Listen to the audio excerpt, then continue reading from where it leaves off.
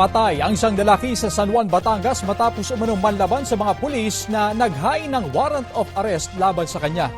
Ayon sa pulisya, isisilbi nila sa sospek ang warrant para sa illegal possession of firearms nang biglang nagpaputok ng baril ang akusado. Doon na dumepensa ang mga pulis at nagpaputok din. Tama ng bala sa leeg at dibdib ang tinamo ng akusado. Sugatan naman ng 2 pulis.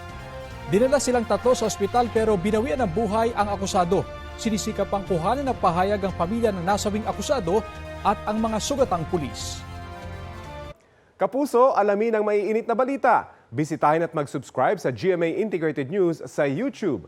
Sa mga kapuso abroad, samahan niyo kami sa GMA Pinoy TV at sa www.gmanews.tv.